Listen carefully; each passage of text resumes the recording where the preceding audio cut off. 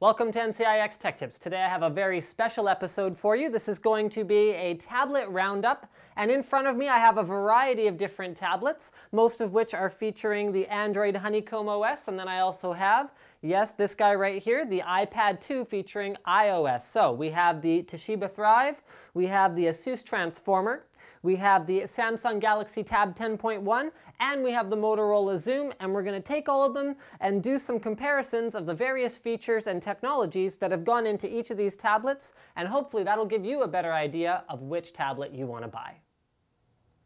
So guys, let's have a look at the physical sizes of the tablets, because they're not actually that similar in spite of the fact that most of them have very similar screen sizes. So in terms of the thinness, you can fairly clearly see, but I'm just going to tell you which one is which. So from your left to your right, we have the Galaxy Tab 10.1, the Xoom, the Transformer, the Thrive, and the iPad2. And I do have pieces of paper in between, so don't mind those. That's just to keep them from scratching against each other. And then I want the cameraman to zoom out a little bit so you can see how high they're standing off of the table as well, because you can see there are some height differences here. Now what I'm going to do is I'm going to take this whole stack of tablets and try not to destroy them, okay? And then I'm going to go ahead and turn them this way so you can see how high they stand. Now the iPad 2 with its weird non-widescreen form factor, you can see is quite a bit taller in landscape mode than the other tablets. And so I'm just going to tell you guys what they are again. iPad 2, Thrive, Transformer, Xoom, and Galaxy Tab. And finally, one more shot showing you guys just from one other angle. Here I've changed the order a little bit. We have the Xoom, the Galaxy Tab 10.1, Transformer, Thrive, and the iPad 2 here at the back. Now let's have a look at each tablet individually and what makes them unique and special compared to each other. I'm going to start with the iPad Transformer from Asus, and it has a few different features that set it apart from the rest. Number one is that it uses Gorilla Glass, so that means you've got a very clear, very strong and durable front glass piece. A beautiful piece of glass is going to be the difference between looking at a tablet that looks nice and looking at one that doesn't look nice and is covered in scratches and is ugly. It also has a very attractive price point. It has a keyboard accessory that's available that plugs into this dock here at the bottom that allows you to not only attach a keyboard but also extend your battery life. And finally, it has an IPS panel. So IPS means you have the best viewing angles and the best color reproduction. And finally, it comes with free web storage, unlike any of the other tablets. Next up, we've got the Toshiba Thrive, which I would consider kind of the opposite of something like an iPad 2, which is style and elegance, whereas this is more like I would consider rugged and practical. So it's a little bit on the thicker side, but you can see the back here is nice and rubberized and grippy. You can very easily hold on to this particular tablet, and it also goes way overboard on the inputs and outputs that it provides, which I would consider to be a very PC approach as opposed to an Apple approach to things. So check this out. You open up a little flap on the bottom, you have a full-size USB, full-sized HDMI. None of the other tablets have that.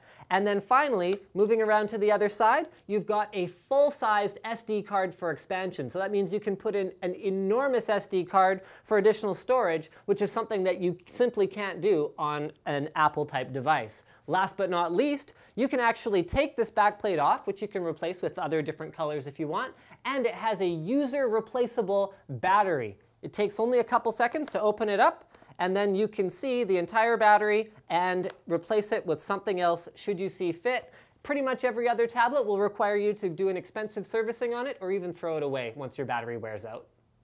Next, we've got the Samsung Galaxy Tab 10.1. This is an Android Honeycomb device, but as you can see, it looks an awful lot like an Apple device. It is extremely thin. It is actually the thinnest of all the tablets that are here, and it is also extremely light. It is the lightest of the tablets that are here, which I personally find very comfortable when using it because, I mean, with a tablet, the form factor is so important because maybe you're laying in bed watching a video like this.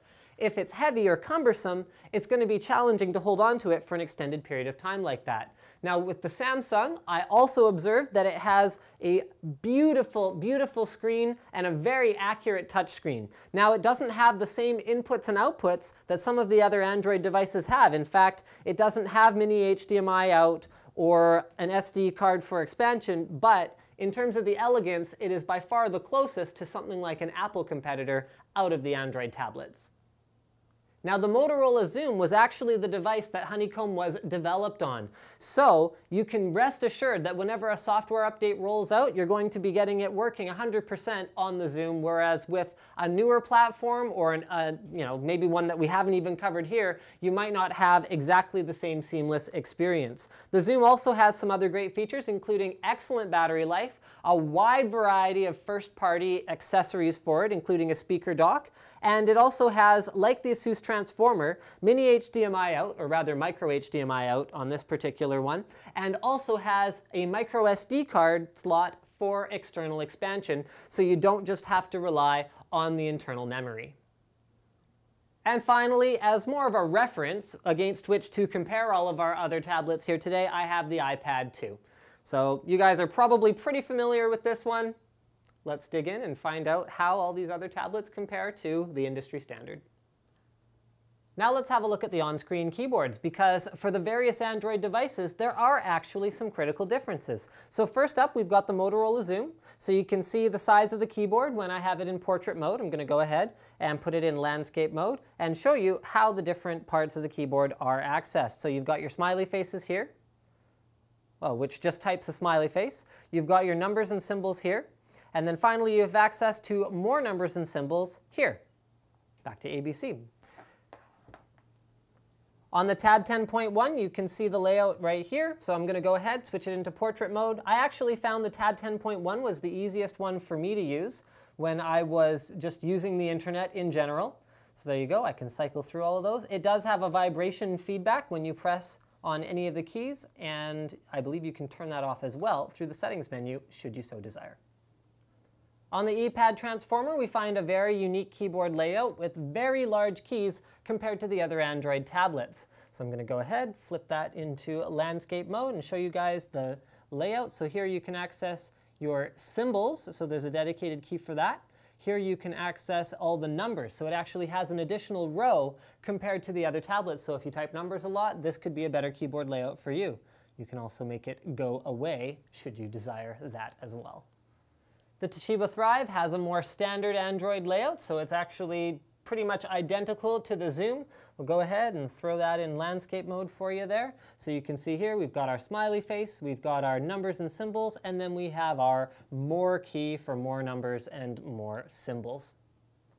And finally, we have the Apple keyboard. So with the Apple keyboard, you can go ahead and press there, and you have most of your numbers and symbols, and then you go ahead and press that one, and you have access to more numbers and symbols, and that'll take you back to the alphabet.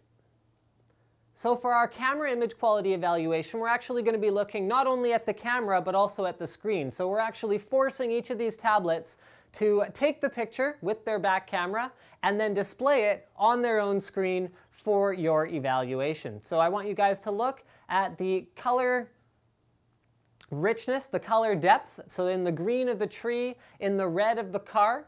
We're also going to scan by and do another run of all of these various pictures, which I'm going to throw up on my blog, linustechtips.com, so you can evaluate them each independently on your own. And I want to show you guys the detail in the red car as well. Now I could spout on about megapixels and gigapixels and HD this or that, but at the end of the day, a camera is only as good as the images that it can record or the video it can record, and the specs are actually quite meaningless.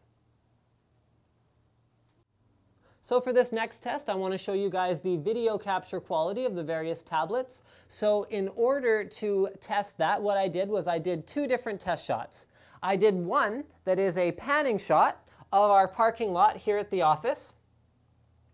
So you can use this particular test shot to evaluate the video capture quality while panning.